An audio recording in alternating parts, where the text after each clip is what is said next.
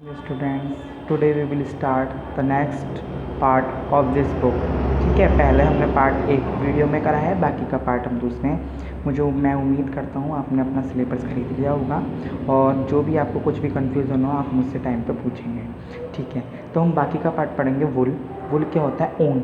देखिए, wool is obtained from the hair of sheep. हमें sheep से मिलता है, गोट से मिलता है, बकरी से, याक से मिलता है, वैक्यूना भी एनिमल है, कश्मीरी गोट से मिलता है और कैमल से मिलता है। पीपल जो शिप को पालते हैं उसके हेयर के लिए पालते हैं कि जिससे कि वो वुल प्रोडक्शन करें। और the rear sheep are fat well, उन्हें अच्छे से पालते हैं, उन्हें खिला पिला के अच्छा करते हैं जिनके उनकी ग्रोथ अच्छी हुई हेयर की। द हेयर ऑफ शिप जो होते हैं ज़्यादातर क्रीमी वाइट इन कलर होते हैं। फाइबर्स ऑफ नेचुरल कलर कभी कभी ब्लैक भी होते हैं, ग्रे भी होते हैं, ब्राउन भी होते हैं। ये भी हमें डिफरेंट ब्रीड से पाए जाते हैं, अलग अलग जातियों से पाए जाते हैं शिप की। A woollen fibre is different from hair in natural form and body of a sheep. जो वूलन फाइबर जो होती हैं वो डिफरेंस होती हैं from hair in natural form and, मतलब अलग निकल के आती हैं। हम उसे करके फाइबर को करते जब वुल बनाते हैं। ठीक है, ये नहीं है सीधे निकाली हमने बाल सीधे उसके और सीधे हमने ऊन बना ली। तो हमें बहुत मेथड होते हैं। ठीक है, उसके अंदर क्रिम्स भी पाए जाते हैं, कुछ स्केल्स और क्रिम्स भी पाए जाते हैं उसके हेयर्स में। ये आपके वो नहीं है, हम आगे बात करते हैं। The process of removing hair from sheep's body is called shearing. अगर हम हेयर को निकालने की जो प्रोसेस होता है हेयर को निकालने का शिप की बॉडी से, उसे शेयरिंग कहते हैं। The shorn sheep immediately after shearing is dipped in a antiseptic solution to protect the skin from infection. जो शॉर्न शिप होती हैं उन्हें एंटीसेप्टिक क्रीम या कुछ लगा दें जिससे कि उनके हेयर निकाल के इन्फेक्शन ना हो जाए। जो sharing of ship is done normal पता है वार्म कंडीशन में की जाती है। इनके जो बाल काटे जाते हैं वो वार्म कंडीशंस में काटे जाते हैं, जो गर्म सीजन्स होते हैं। और अगर कभी कभी एक बार काटे जाते हैं साल में, जब गर्मियों का टाइम आता है। अगर उनकी ग्रोथ अच्छी हुई, जैसे बहुत अच्छा ग्रोथ हुई और अच्छे बाल हो गए उनके, तो हम 2 बार भी कर लेते हैं। The quality of the woollen hair obtain depend upon the breed of the animal and the body part from it is obtain.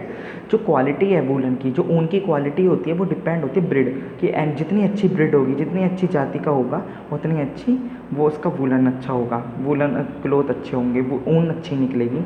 और कौन से बॉडी पार्ट से निकाले जा रहे हैं, और तरह तरीके की उसके ऊपर बॉडी पार्ट से निकाले, और वो भी फिटनेस पे दिखेंगे। कोई पतला भी होता है, कोई मोटा भी होता है, हर तरीके का होता है। उसकी लेंथ पे डिपेंड होता है, उसकी स्ट्रेंथ पे डिपेंड होता है कि उसकी लेंथ कैसी है, कैसी स्ट्रेंथ का है। The hair obtain from shoulder and sides of better quality than those obtain from the other part. जो हेयर जो हैं वो शोल्डर के ज़्यादा वो शोल्डर के ज़्यादा अच्छे होते हैं, जो बॉडी पार्ट से अलग के होते हैं। जो फिर शॉर्न फ्लिस हैं, जो हमने हेयर निकाले फिर उसे वॉश करा जाता है कि जिसमें जो गंदगी आई है, आपको देखा होगा जो आपने भेड़ देखी होंगी शिप पे, उन कितने गंदे रहते हैं, फिर उन्हें वॉश करा जाता है लार्ज टैंक में। उस मेथड को स्कोरिंग कहते हैं। देखिए, scouring, this method is called scouring. ये रहा। After scouring the fibres are sorted according, फिर उन्हें लेंथ के अनुसार अलग अलग करा जाता है। क्योंकि जो लॉन्गर फाइबर्स होते हैं, जो बड़े बड़े फाइबर्स होते हैं ना, स्वेटर बनाने के लिए आपने देखा होगा कि आपकी दादी या नानी ऊन का गोला लेके बैठती हैं, तो वो लंबे लंबे फाइबर्स के बने हुए होते हैं। जो शॉर्टर वंस होते हैं, जो ये आप मार्केट से स्वेटर लाते हैं, वो उनसे बने हुए होते हैं। ठीक है, जो वूलन यार्न है वो यूज़ करी जाती है मेकिंग कॉस्टली रोप्स बनाने के लिए भी, कोट्स, पुल का ओवर्स जो ऊपर से हम डालते हैं, कार्डिगन्स बनाने के लिए भी ये भी वो यूज़ करते हैं। Which people prefer to wearing during winter में ही पहनते हैं। और वूलन क्लॉथ जो है एक इंसुलेटर ऑफ हीट है, मतलब हीट को जाने नहीं देता, अंदर ही अंदर रखता है, जिससे कि हमें सर्दियों में गर्माई मिलती है। It does not allow the heat from the body surface to escape to surrounding and this help to keep body in cold. हमें मतलब वार्म रखती है कोल्ड में, मतलब सर्दियों में ठंडा रहता है। आपको पता ही है, हम ज़्यादातर जो स्वेटर पहनते हैं वो सर्दियों में पहनते हैं, कोई गर्मियों में तो पहनता नहीं होगा। Presently, Australia is the largest producer of high-quality woolen fiber, followed by countries like the Republic of former Soviet Union, New Zealand and China. जो ऑस्ट्रेलिया वो लार्जेस्ट प्रोड्यूसर है वूलन फाइबर का, जो और भी कंट्रीज़ के साथ साथ करने लगी, जैसे चाइना है, न्यूजीलैंड है, सोवियत यूनियन में। एक पता है, एक तुमने देखा होगा एक वुल मार्क लगा हुआ होता है, वुल मार्क। आपने वर्धमान की ऊन देखी होगी तो उस पर वुल मार्क हमें प्योरिटी बताता है कि ये प्योर है या नहीं, क्या इसमें मिला वो तो नहीं कर दी कि भी कोई दूसरी मिला दी हो, तो ये उसकी बताता है। It is placed by international wool secretariat station at North Yorkshire in the United Kingdom. ये वहाँ पर होता है, ये इस जगह पर ये वाला प्लेस हुआ था यूनाइटेड किंगडम में। वुलन क्लोथ जो है वो that are made from 100% pure wool wear this sign on they. इससे ये पता लगता है जो भी हम वुलन क्लोथ पहनने हैं वो 100% वूल का बना हुआ है, ये नहीं है इसके साथ कोई दूसरी फाइबर मिला रखा है, ठीक है। अब हम पढ़ते हैं synthetic fibre. Synthetic fibre you might observe that the end of every winter woollen cloth are dry clean and packed off with the naphthalene ball.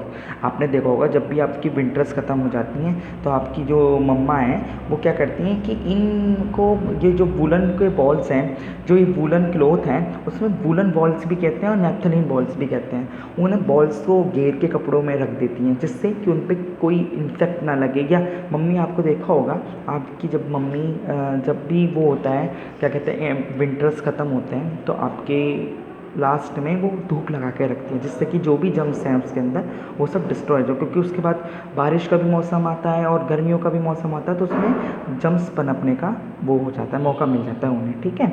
और सिंथेटिक फाइबर्स पढ़ते हैं। Similarly silk too needs careful handling and dry cleaning rather than washing to maintain it. आपको पता है ज़्यादातर लोग जो silk की होती है, सिल्क की मम्मी की साड़ियाँ होंगी, मम्मी से पूछना सिल्क की साड़ियाँ कौन सी हैं, तो लोग क्या करते हैं सिल्क को ड्राई क्लीनिंग करते हैं ज़्यादातर, नहीं तो ना तो कोई मशीन में या वैसे नहीं धोता, क्यों, उसके रेशे निकलने का बहुत खतरा भी बढ़ जाता है, बेकार भी होने का वो डर होता है।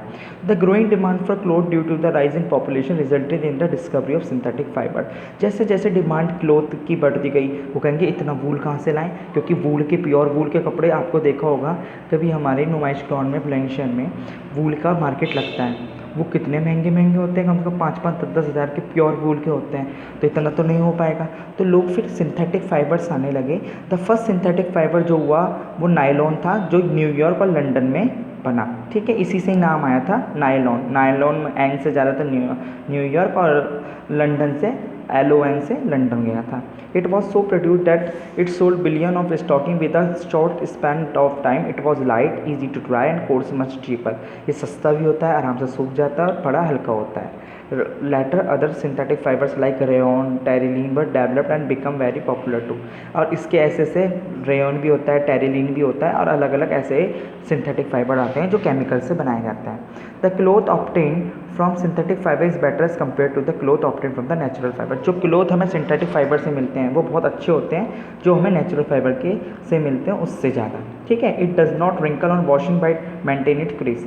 ये जब कभी हम वॉशिंग देखिए सूट कभी आप कॉटन की शर्ट धो लें तो उस पर क्रीज लग जाते हैं, बिना प्रेस के पहनी नहीं जाती। आप कभी स्कूल पे भी आते हैं तो मम्मी से कहते हैं मम्मी आप प्लीज़ प्रेस कर दें, नहीं तो ये बहुत ही रिंकल्स टाइप के पड़ रहे हैं उसमें, है ना।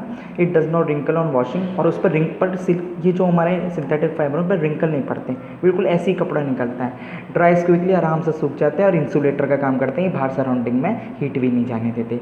The only drawback of the fabric from it does not absorb sweat. और इनका बस एक ही है कि जैसे हमारे कॉटन के होता है, जैसे हमें पसीना आ रहा है वो सोख लेते हैं, पर हमारे जो ये वाले ये सोख नहीं पाते हैं। Because of this reason most people prefer to wear synthetic cloth in winter and cotton cloth during summer. इसी वजह से लोग सिंथेटिक फाइबर क्लोथ को तो विंटर में यूज़ करते हैं और कॉटन क्लोथ को ड्यूरिंग समर्स में यूज़ करते हैं, क्योंकि ये पसीना सूख नहीं पाते, समर्स में इतना पसीना वो होता है, स्वेटिंग स्टेज ज़्यादा बढ़ जाती है इसी वजह से, ठीक है।